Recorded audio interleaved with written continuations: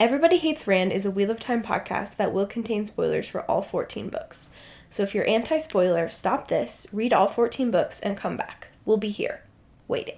Our title is a joke and is meant to be taken as such. Everybody in this context refers to us and our cats. You are free to feel however you want about Rand. He's a fictional character. Please don't DM us. The world is a mess, Dark One stretching out his hand. The dragon's reborn, the fire's been fanned, but everybody hates Rand. Everybody hates Rand. Everybody hates Rand. I think I can safely go on record saying this is the cringiest Oh, Wheel of Time section of all time. yeah, I think that's fair. Yeah, it was the most that I was, like, physically having a reaction to. Yeah. I was like, ugh. Yeah.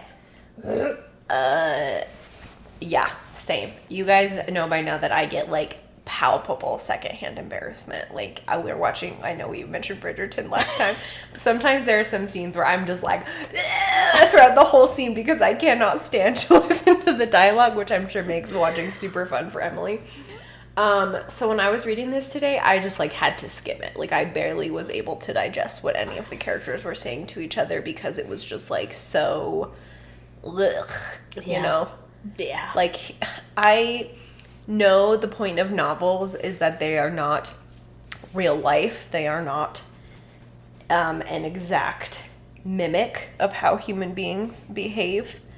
But also, there needs to be a level of realism in how people speak to each other, which just didn't feel like it was happening in this section. Yeah, I felt embarrassed for the characters. I felt embarrassed for Brandon Sanderson for thinking that that was, like, normal. Yeah. Maybe he doesn't think it's normal. I'm sure he was just trying to be cute, you know? But, Right. like, then I'm embarrassed for him thinking that that's cute. Yeah. I was just like, this is not your wheelhouse, Brandon. You have flown too close to the sun.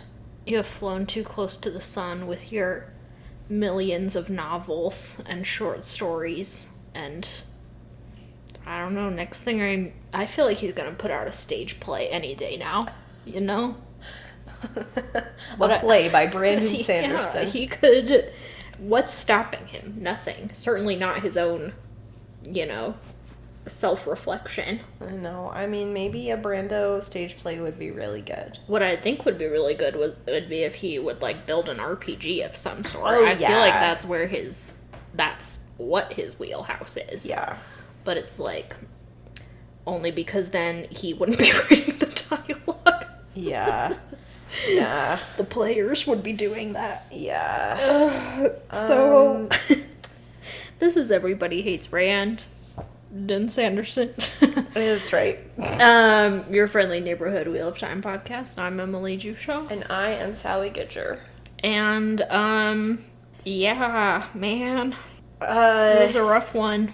It was a rough one, and I'm going to really struggle to not just repeat things I have said already, so I'm really going to work hard to bring something new to the table in terms of literary or cultural criticism here, but it was sort of like Wheel of Time's worst hits. Just the lowest 5. Yeah. Top 5 worst Wheel of Time Bottom moments. 5. Yeah. Yikes. We'll just go in order because what else are we to do, you know? Literally nothing.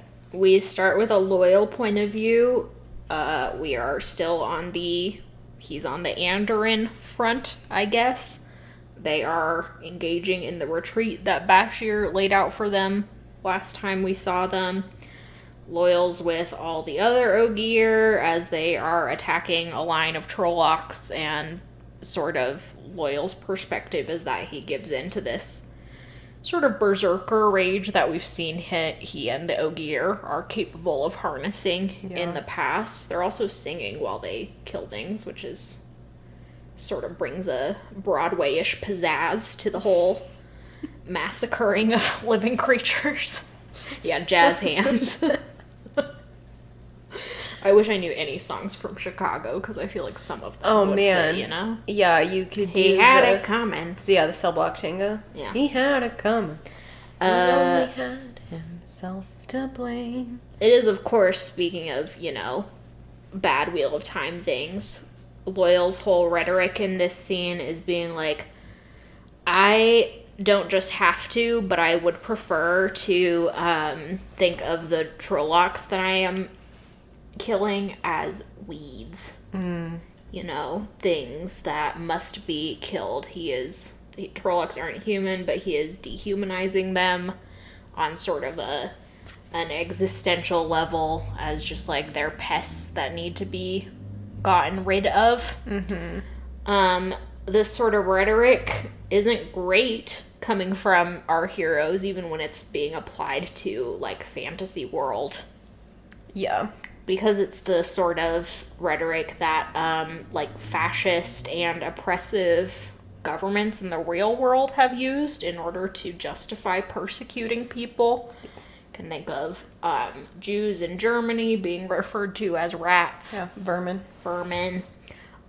So yeah, it's just a real slippery slope there, and Wheel of Time obviously does not care to engage with that. This was clearly just Brandon Sanderson being like, I have to do a loyal point of view because I, for some reason, have to do a point of view with every character. And this is what I am choosing to give to him to sort of harmonize with his themes of ecosystems, you know, the Ogier, trees, plants. I love and also grass. Bloodshed. Manslaughter. Yeah. I love grass and I hate Trollocs. Yeah, what Loyal's perspective is trying to present to us is a very environmentalist, eco-text type of thing. Loyal being, you know, our most Treebeard figure who is so deeply connected to the earth,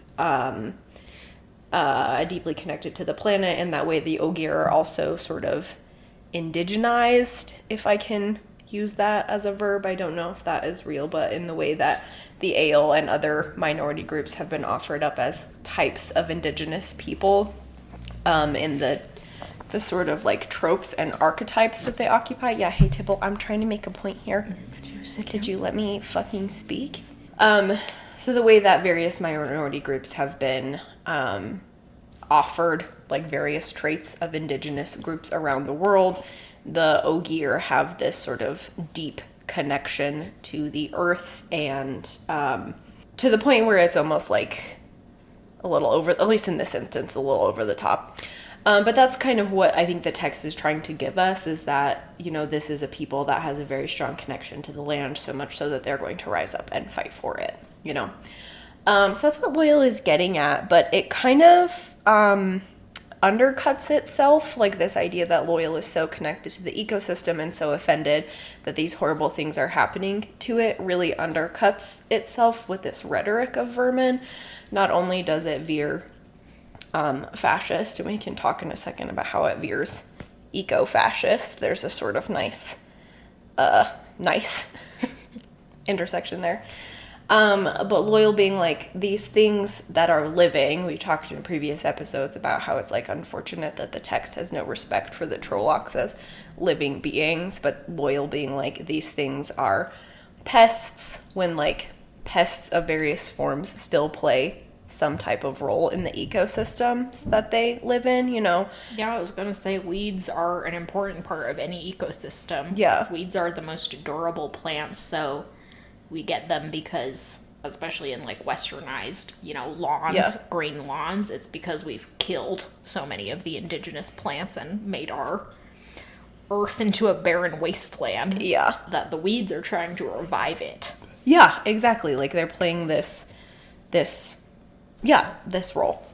So for this little section to be like, it's an ecosystem and we have to absolutely remove a piece of the ecosystem. And I know the argument is supposed to be that Trollocs are unnatural.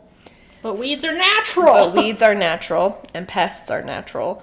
So this idea that if the text is offering up the Trollocs as part of an ecosystem, culling them out of the ecosystem is counterintuitive. So the argument just like collapses in on itself. Just picture Loyal as like a suburban mom on a riding lawnmower. My mom, in other words. He's got a huge sun hat. Yeah. He's wearing... You're just describing my mom. Capris. Yep. Linen capris. Yep. And like a little sleeveless button-up top. She did sleeveless because she knew my mom wouldn't wear sleeveless. That's Loyal. And garden gloves, of course. Yeah. So anyway, that's what I was thinking about in this section. And though, like Emily kind of already mentioned, the way it crosses over with fascism, but a huge kind of eco-fascist argument is that human beings are bad for the planet and therefore they need to be killed, and we need significant population control through various measures when it's not human beings themselves who are bad for the planet, but the capitalist systems that are burning it. So just kind of this idea that there's an entire group of beings that needs to be removed in order for the planet to thrive again, just again collapses these two real things. Bummer, Yeah. Okay. And it was great. We then have Glad reacting to the Ogier, and it's literally just a bunch of guys going like, fuck, they're crazy. Yeah, dude, that's gnarly. It's so much scarier when non-humans commit murder, do battlefield killing. Yeah. It's a little racist in sort of a light way. One of the White Cloaks is like, they must be dark friends. And one of the other White Cloaks is like, obviously they're not. Don't be an idiot. Yeah.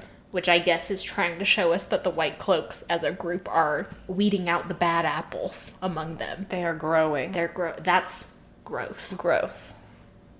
We don't consider Ogier the peace-loving absolute. Like, I would kill to see Pedron Nile interact with an Ogier. An Ogier. What would he do? Probably die. He would find a way to make them into dark friends, Yeah. is what I'm saying. Then we get a Rand point of view. Talking to Moiraine and I guess Marilor? Yeah, I guess. So Marilor, Rand is just hopping the fuck around. Rand's like, it's about time. And Moiraine's like, oh, Worm, to go to do your one job? Fight the Dark One? And Rand's like, no. To go to Matt. He's in Ebudar. And Moiraine's like, No. Rand's like, yeah, Spray bottle. With a water bottle. She's like, okay, whatever, sure. She's like, what's the game plan? He's like, well, I'm gonna go talk to her, and that's it. And she's like, you're fantastic. He's like, gotta get the Shanshan on my side. He's like, everything will fall apart if the Shanshan on our side. And she's like, I'm not disagreeing, but like... Is that your job specifically? Yeah, is that... the Dragon Reborn? You still haven't learned to delegate. Yeah, like, is that not something Moiraine, could be doing? And maybe this was why I came back from the Tower of Genji to do a peace brokering the way Aes Sedai are allegedly supposed to be really good at. Anything Moiraine could be doing besides having this conversation with Rand. Yeah, and just like Emily's point at the beginning, like the dialogue is really very cringy. Like they're trying to be like jokey and fun with each other, which was never Moiraine and Rand's relationship at all. So to be like... They also keep like reminiscing about the good times, which is seriously unhinged. Yeah. It's like, I'm like, do we remember the same things? No. You guys were at each other's throats. All the time. It was a German Shepherd and a Chihuahua about to fucking bite each other's throats out. And sometimes I thought the Chihuahua was going to win. Yeah, and should. Yeah. Until the Chihuahua tackled the Pomeranian into another dimension or whatever. What type of dog would Lanfear be? What's the cuntiest Pomeranian. dog? Like a one of those really skinny upsetting dogs that, like, if you dropped it from a 2-foot height, they'd break all their legs. So, like a borzoi type Yeah. situation, or like an Afghan hound with a long, flowy hair. I just remembered just now that Sally's favorite book as a child was a book about dog breeds. So I was thinking about that today, and I was like, that was like a little neurodivergent of me. I should have known when I said a dog breed, like, you would actually know. Or like a greyhound. Or an Italian greyhound. Have you guys ever seen An them? Italian greyhound, that's probably what I was thinking, because my sister wants to get an Italian greyhound, and we all keep telling her not to do that.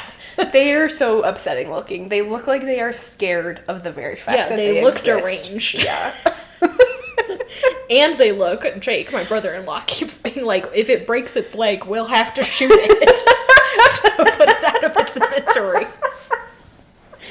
It's like just a dog that's got a horse in them, you know? Yeah. It's got that horse in him. He's got that horse in him. He got that dog in her. Whatever. This metaphor strains credulity, and I'm sorry. No, I think it's perfect. But I'll create opportunities to get Sally to name dog breeds. Sure. That's okay. I could just start if you want me to.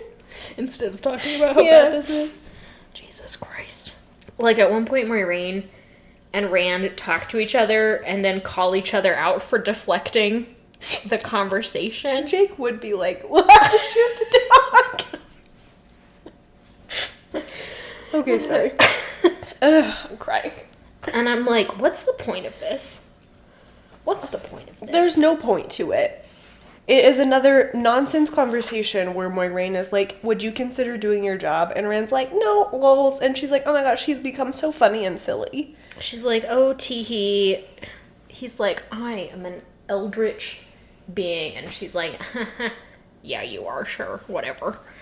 Yeah, it's just Brandon Sanderson trying to capture a vibe that was never there, and also that he is incapable of capturing the original dynamic, partly due to it's hard to capture dynamics that other authors wrote, and partly because he is not really capable of writing normal character dynamics generally.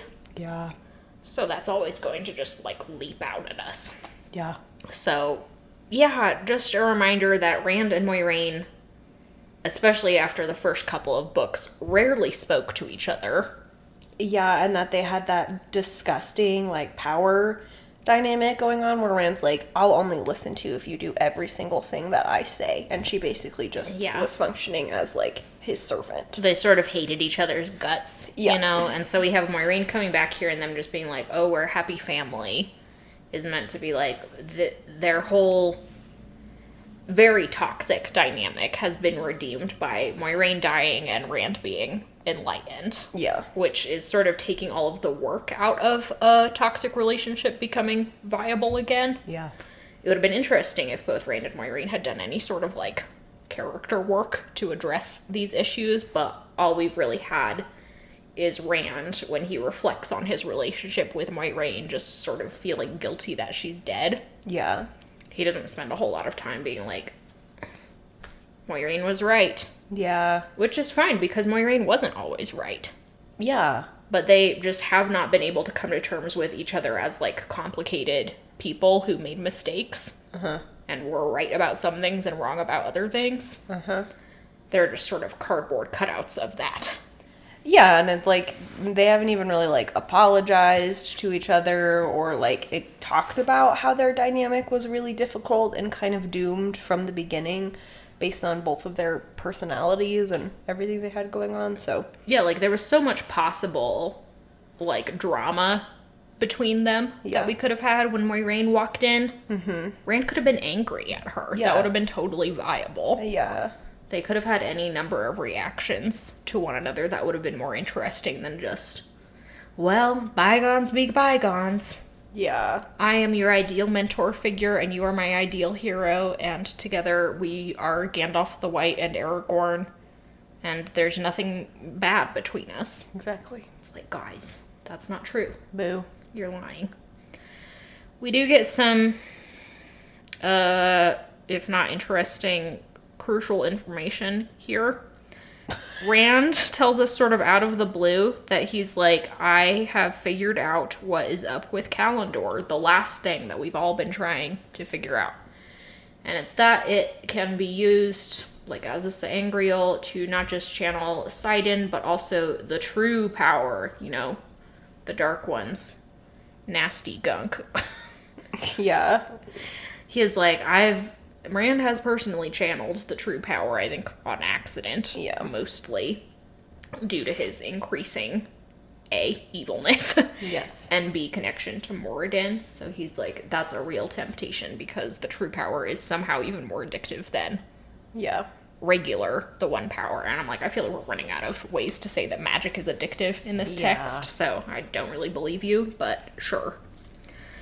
And he's like, this is the hinge of my secret plan, which I will not tell you, and which he does not tell Moiraine. But he tells Moiraine, I'm gonna kill a Dark One. Moiraine is like, that's stupid. This is now, I believe, like the 6th person to tell Rand that that's stupid. I believe all of them have been women, so that might be why he has been dismissing all of them. But Rand, yet again, is like, no. Yeah. I don't believe you, and due to my great wisdom as my eldritch being status, no. No, I'm just gonna do what I want because it's not like the fate of the world hangs in the balance or anything. It really pissed me off when he was like, I have discovered the secret about Kalendor. And I was like, I've been waiting to hear the capital S secret about Kalendor for like 6 books now. And you're just gonna tell me In a random in a random side. It wasn't like Min had put together this research. thought that's what Min was doing. Yeah. Like, didn't Rand tell her? Like, Yeah. go look up Kalendor, and then he just takes credit for it. Yeah. I mean, maybe he was the one who figured it out, but it's like, where is Min? Yeah. Maybe Brandon Sanderson just hated her, which, like, I don't really blame him. She's a terrible character, but, like, this was the one thing she was supposed to do, besides suck Rand's dick off screen. Yeah. 2 tasks. Brutal. 2 tasks. 2 tasks on the list. Now that the Kalendor thing was apparently solved by my boyfriend, the Dragon Reborn himself, He's so much smarter than me. I have apparently become entirely irrelevant. Yeah, I'm literally just a blow-up doll. So I just, R.I.P. men, another victim of the patriarchy, writing women. Yeah. Then we have the tiniest Moiraine point of view, where she's just like, the wheel weaves as the wheel wills, directly to the camera, Yeah. and we're like, That was not why did necessary. we didn't need that? What's happening? Shut up, actually. Oh my god. We both looked down. We have the book open between us, so we both looked down and realized it's the Lan section. And I immediately started thinking of Lan's big feminist moment in this section. Women should also get to ride into battle. How dare you insinuate that women can't fight? These women are just as good as fighters as men. And if you try to tell them differently, they'll kill you. And it's like, Marvel is over there taking copious notes. Yeah, that's it. Yeah. Oh yeah, Yeah, I'm so close. Joss Whedon read this and was like, yeah. Yeah, that's what we love about women, is when they fight. Is when they fight. Yeah, it's a long Lan point of view. Lan is also doing the same version of what's happening in Andor with the sort of prolonged retreat. He tells us that they have already, like, burned the 2, Yeah. the main 2 cities of Shianar, Faldara, and whatever the fuck. Falmora. Falmoran. Falmoron. Yeah, Falmoran. Falmoran. Falmoron. And Lan is in the middle of some tactic where he does a cavalry charge and then they leave and wait for the Trollocs to kind of go scavenge the bodies and then attack them again to catch them unawares. A tactic I assume will work exactly once, but sure. Lan tells it to us like it's some big, clever thing. Several more channelers have joined this particular portion of the battle, so also Lan's tactics involve having, like, a channeler with them. In this case, it's the Ashaman Deepe, who we last saw in Meridon, I believe, with not Ingtar. Ingtar's been dead for 12 books. Jesus Christ. You two are old. He's there, and is just basically just counterspell. He's calling counterspell in here. Bing. Trying to protect them from the enemy channelers. Lan is, of course, doing his usual badass stuff. He casually murks a couple of Murdrol, and everyone's like, wow, you're so incredible, Lan. Yeah. And he's like, 'tis nothing. When you have as much testosterone as I do, these things become incredibly simple. Yeah, exactly. Easy peasy. Easy peasy. Fighting. Eventually this ends and they get chased away because the sort of enemy channelers come back with a vengeance, and now they are accompanied by Azram Tem, who has finally joined on one of the battlefields and kills the Ashman Deepe. So R.I.P. Deepe. Yeah, R.I.P. my guy. You were we hardly knew thee, but we really hardly knew thee, but in all honesty, I liked you better than Lan. Certainly better than Lan, yeah. And a lot of other characters. Yeah. I was rooting for anybody on this field of battle. It would be Deepe. Your sort of absence makes my heart grow fonder. Yeah. Your lack of character depth from Brandon Sanderson, really. I mean, he did lose a leg, so we can, Yeah, and they're like, we just tied him to the saddle. And I'm like, that seems incredibly dangerous. Yeah, the whole time Lan keeps being like, gotta get off my horse or I'm gonna trample a bunch of people. And I'm like, well, it's nice that you didn't give Deepe that option. Yeah, he's just like, hey, guys. Couldn't you have figured something else out for him? Like, I guess if his horse falls, goodbye, Deepe. Yeah. Forever. Like, for Lan being like, I'm an absolute genius on the battlefield, this seemed like such a silly decision. They were like, problem solving. And he was like, just tie him to the horse. And everyone was like, oh. Well, isn't the, like, number one rule of cavalry to, like, jump off your horse? If the horse goes down... Yeah, you gotta leap.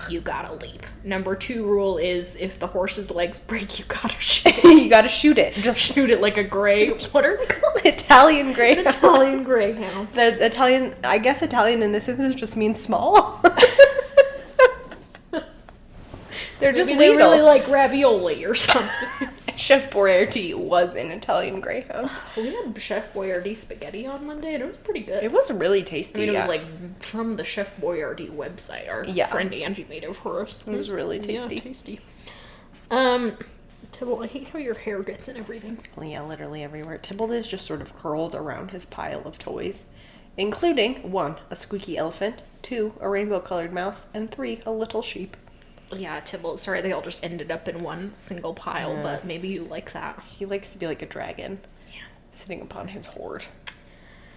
The next chapter is a single point of view, which would be a relief if it wasn't all Matt's point of view and if it wasn't this. Yeah. Matt wakes up from his sexcapades in the garden, where Tuan is receiving a report from her bodyguards about them being unable to capture the Gray Man. Matt wakes up and is like, we're naked. And Tuan's like, yeah, what about it? He's like, not everyone is down with public nudity. Yeah, and he's like, could I have some privacy? And it's like, dude, well, you did fuck in a garden, so you sort of maybe should have thought of that before. This is just like what happened in Bridgerton. This is just like what happened in Bridgerton. My God. I've never been so upset. Yeah. And, like, concerned. We were like, when is someone going to walk in on them? Someone literally just had to walk around the corner. In a gazebo. Yeah. Open air. It was insane. For a long time. A long time. Oh, really? Yeah, it wasn't no quickie. It was... And then they slept there overnight. There was foreplay, yeah. So... Yeah, I guess it was just like Bridgerton. Just like Bridgerton. And I like Matt and Tuan about as much as I like that couple. Yeah. Tuan and Matt are, like, get dressed, I guess, just so they will be dressed when Rand walks in, because the guard comes in and is like, hey, we found a random guy trying to get in. And Tuan's like, okay, bring him here. For some reason, I don't know why. She wouldn't just be like, okay, throw him in the dungeons. Kill him, yeah. But they bring in Rand, like, handcuffed, and Matt's like, oh, I know him. Yeah. And Tuon recognizes him, of course, she's met him before, and is like, hello, red alert, Yeah. panic button, where are the channelers? Why am I not surrounded by channelers at this moment? It's like, well, Tuon, you could channel, so maybe if you would learn that, you'd be Stupid. equipped to handle this. Matt kind of tries to de-escalate the situation badly. He's like, hey, everyone, shut up and listen to me. And so when the Soldam and Damon arrive, they kind of tie up both Rand and Matt next to each other while Tuon discusses the situation with her guards and Seleucia, who's also arrived. Tuon has taken Matt's medallion. Yeah, Which feels like... Tuon also stripped Matt, just literally stole it while he was asleep. So again, their relationship is built on a foundation of mutual trust and respect that I really admire. Yeah. And that's great. Rand and Matt, while they are tied up for an unreasonably long amount of time, chat. And it's quote-unquote banter. Yeah. You know, it is Brandon Sanderson trying to do a joke, trying to do a punchline, trying to Joss Whedon us. It's just incredibly bad and is not at all like Rand and Matt's original dynamic, similar to the whole Rand and Moiraine situation. Rand and Matt were never competitive with one another in that way. Rand also just never really engaged with Matt's sort of more Yeah. jokey, mischievous side. Whenever we saw them together, Rand was kind of like the straight man in this situation, trying to keep a lid on it. Yeah. And, you know, Matt is not, for the last time, Brandon Sanderson, Matt does not just make jokes. Yeah. He's capable of having adult conversations. And he has been since book 1. Mm-hmm. Incredible. It's wild. I think we read different books. I think we did too. Anyway, Tuon's like, well, now that I've captured the Dragon Reborn, I guess I'll take you back to Shanshan with me. And Rand's like, well, I have a question for you. I passed the bar exam Yeah. recently, and also I have inspected the lines of heraldry or whatever the fuck. He's like, you claim that this land belongs to you because you are descendants of Arthur Hawkwing, correct? She's like, yes, bitch. He's like, well, I precede Arthur Hawkwing in that I am Luce Therin and I conquered lands before he did. And somehow that works, I guess. Yeah, this like shakes Tuon to her foundations. Like, oh my god. He's like, you have no claim because I had a claim before you. So What? yeah, which is just like, When was Luce Therin the king of the world? yeah, it seems like thousands of years ago. But also, like, he wasn't... That's a good point. Yeah, you mean like, when did we hear this happen? Just now. Just now. I don't think Luce Therin... All we've ever heard about Luce Therin was that he was, like, an important guy in the Age of Legends and kind of the Amerlin seat of his time, more or less. Yeah. Not just, like, actual Charlemagne, as Arthur Hawkwing was. Yeah. So, that's confusing, first of all.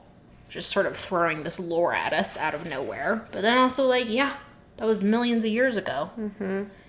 Hey, well, I'm the reincarnation of Jesus, so... The world belongs to me, baby. The world belongs to me, baby. This is how severely mentally ill people talk. Yeah, or just like, yeah, it's quite out there. And it's just like so frustrating because Rand... I mean, frustrating, not at all surprising that the colonial text Wheel of Time is like, obviously it doesn't matter that these were like sovereign lands with people living upon them already before a colonizing force came in. What matters is that somebody else has a prior claim, a prior imperialist claim upon this land, and that is, it's like when a man is flirting with a woman and finds out that she has a boyfriend, even if she's already been like, I'm not interested in you. Yeah, suddenly it matters. Yeah, now. suddenly it matters that, oh, she belongs to somebody else, so my bad. And Rand, maybe to his credit, is just trying to engage with Tuon on Sure. the only language that she apparently understands, the same way that you might, if a guy's hitting on you, just say, I have a boyfriend. Right. Sure. Even if what you want to say is, well, I believe in feminism. Yeah. So it doesn't really matter, you know? Yeah. But, we're not really getting that this is some sort of, like, 3D chess move and Rand trying to just, like, out-rhetoric her. It's just sort of like he's had this brilliant idea through his enlightenment and now is legitimately claiming this. Yeah. So we have this moment that could be kind of like a character is being sort of clever turns into a character is being as bad as they are, sinking to her level. Mm-hmm. Rand then backs up how impressive his lineage is by doing his trick where he, like, makes plants bloom or whatever. He has to sing for it, though. Yeah, he's been doing this occasionally, and everyone was like, we don't think he's... it has been unclear until this point if he was, like, doing something channeling-wise to create that effect, because I think other times we'd seen it, it was through, like, non-channeler or female points of view. So it was unclear. But now we get that A, he's shielded, so he can't actually channel, and B, he is singing, mimicking what we just saw with the Ogier, who can sing to make plants grow or whatever. Yeah. So that's weird. Yeah, has he sung in the past? Matt says that he's singing quite softly. Oh, so maybe he's just... I think the implication is that Matt only hears because he's standing right next to him. This made me think of Hades Town. No, when Orpheus... Yeah, and everyone's like, wow. And, like, plants grow around him, Yeah. and everyone's like, Orpheus, savior of the people. That's what this made me think of. That is a very Orpheus moment. It is there. I'm not trying to say this isn't something he shouldn't be able to do. I do think we have some evidence from old Rand points of view, specifically like when he went back through the Ale lineage, that, like, in the Age of Legends, people used to contribute to the Ogier singing. Sure. So it's not that he shouldn't be able to do this. It is just incredibly wild and weird. Yeah, it's just, it's getting really hard to pin down with Rand what is related to channeling, what is related to him being, like, super Taviran, and what is related to, like, other skills he is getting now that he remembers or is more connected to Luthien. So it's, and maybe that's the point, like, it's all just, he's just supposed to be incredibly overpowered, and we're not really sure why, but it just is getting a little hard to track what is within system for him versus what is without his magic system. Getting a little annoying because we've also, like, Rand, we know, can also channel the true power, which can bypass a shield, I believe. Yeah. So, like, it was like, oh, maybe he's doing something incredibly evil here. No, he's doing something incredibly good, which is better, but still. Would have been funny if he was just like... He was like, yeah, I'm just achieving this incredibly scary effect by doing something insane. Matt is like Tuon. He gives her the most lukewarm letter of recommendation of all time. It's actually pretty funny. Yeah. And Rand's like, I just want to do an alliance. Let's have peace. I have this treaty with the other rulers. Matt advises Tuon, like, it would be better if, like, you're gonna have to fight the last battle at some point. It would be better if your borders are secured before you do that. So Tuon is like, I want to set the borders on the lands that I have conquered. Rand allows that. And then Tuon is like, I want all the women who can channel to be Daemon. And Rand's like, fucking absolutely not. Furthermore, you need to return all of the women who you have captured from this land. And she's like, nope, that's a deal breaker.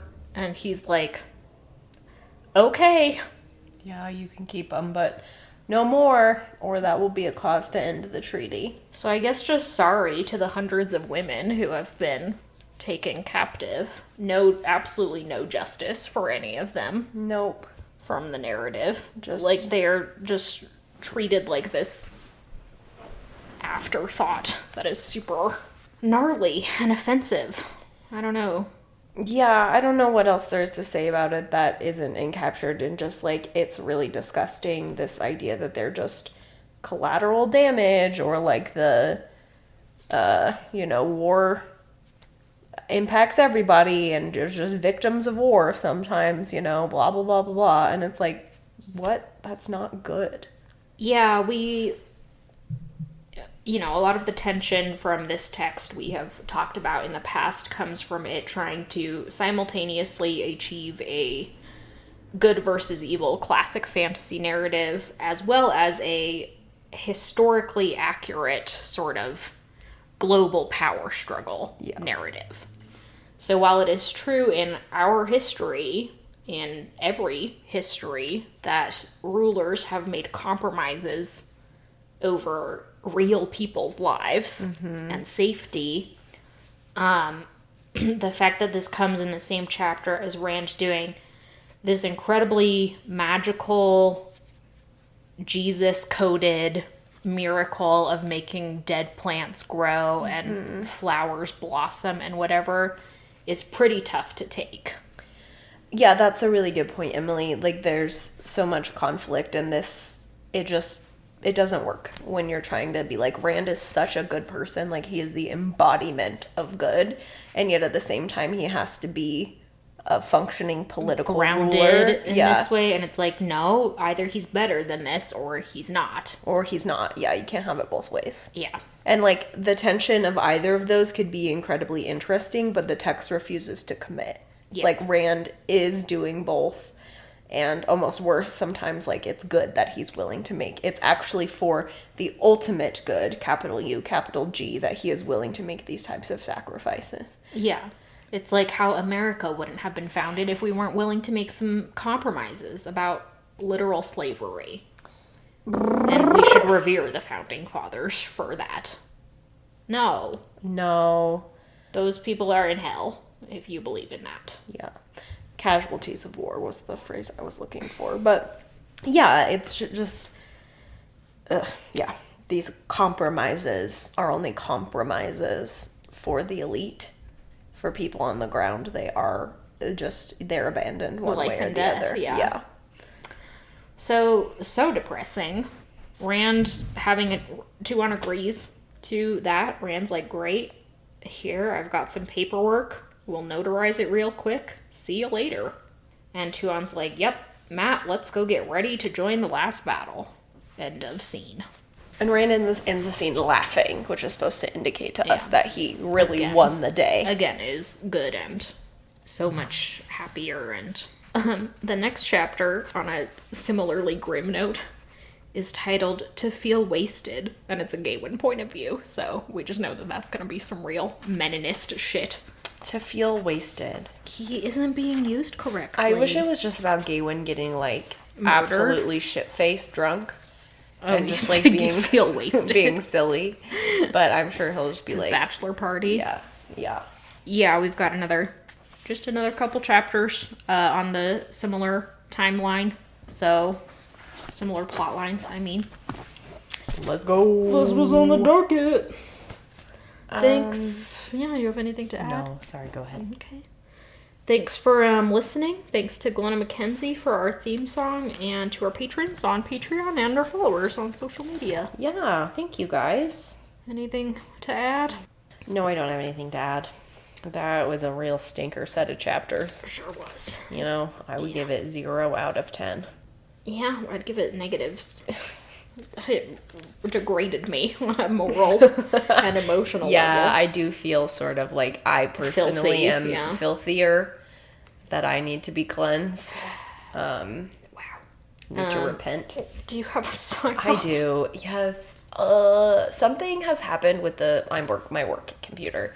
Something has happened, and it's been going on for a while. I just have a really bad procrastination problem right now because I've been feeling really sick, and it just gives me really bad fatigue and brain fog. So I will admit that part of this is my problem. But some setting got changed on my computer. I'm sure I clicked the wrong button, but like my work computer automatically logs me in to stuff, which is bad from a security level. Like we're dealing with personally identifying information, me way less often, but in some reports that I have to like email to people and things like that. And I've been playing around with it all week and I can't get it to reset. So I had to put in an IT ticket. Which is the most, speaking of things that degrade me as a person, our IT department sucks. It is a bunch of men who love to explain things to me. Yeah. It's a bunch of men who love to be like, well, you actually have to do this. And I'll be like, I admitted even in the ticket that I was like, I probably clicked the wrong button. I'm sorry. So Just fix it. Just fix it and I just need it to be password protected again. Thank you so much. Ugh, bummer. I'm sorry. Yeah, so tomorrow they're going to be like, blah, blah, blah, blah, blah, and I'll be like, yep, heard. You should kill them. I'm the reason you have a job. Yeah. Who funds your job? Shut up. Goodbye. Bye. Everyone.